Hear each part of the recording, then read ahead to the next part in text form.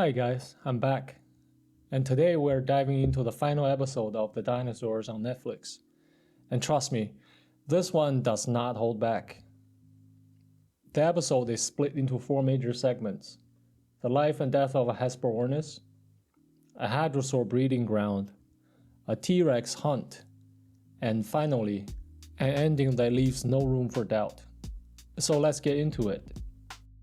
Right from the start, we're thrown into space, watching an asteroid hurtling towards Earth. Some seriously stunning shots that immediately sets the tone. You already know this is not going to end well. For the rest of the episode, let's talk about some of my favorite moments and the really interesting behaviors this episode showcases. We'll start with Asperonis, one of my favorite prehistoric birds. It's a flightless ocean-going diver. Here it's depicted with penguin-like feathering, an interesting choice. Personally, I've always imagined them as a bit more elegant, closer to modern loons or grebes. And to the show's credit, it actually leans into this idea. Instead of penguin-style wing propulsion, Hesperornis doesn't even have fully developed wings. It's lost the hands and forearms entirely, and the feet are reconstructed just like a grebe's, driving it through the water like modern diving birds. And some of those underwater shots? Absolutely gorgeous. I really love this segment. Next, we move to a hadrosaur nesting ground, featuring a large herd of Edmontosaurus. The design here feels up to date, with the fleshy crest and those large neck scales based on recent research. But the most interesting part was the parenting behavior. The adults are shown feeding their young with some regurgitated food, something scientists now think may have been true for at least some hadrosaurs. The idea is that hatchlings receive more nutrition-dense food early on, which could explain their rapid growth rates during the first year. And I love that the show actually leans into this. It's a small detail, but it adds so much realism.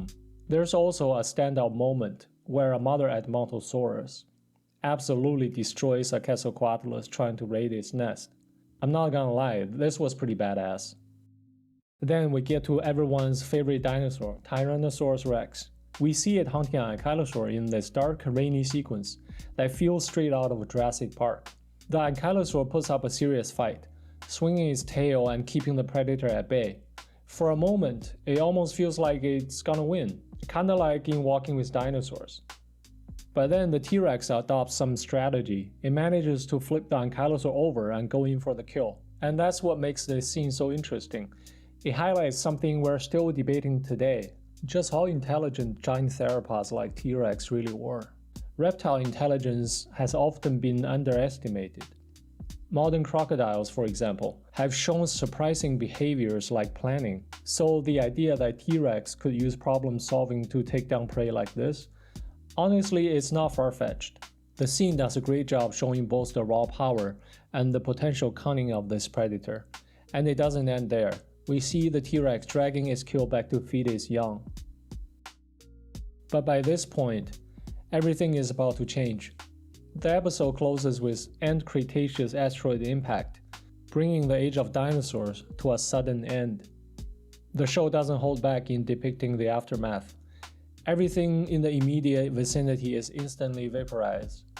And even if you were among the few lucky survivors of the initial blast, the earthquakes, and the rain of molten debris, the odds were still stacked against you. The global nuclear winter-like conditions that followed would have made long-term survival nearly impossible.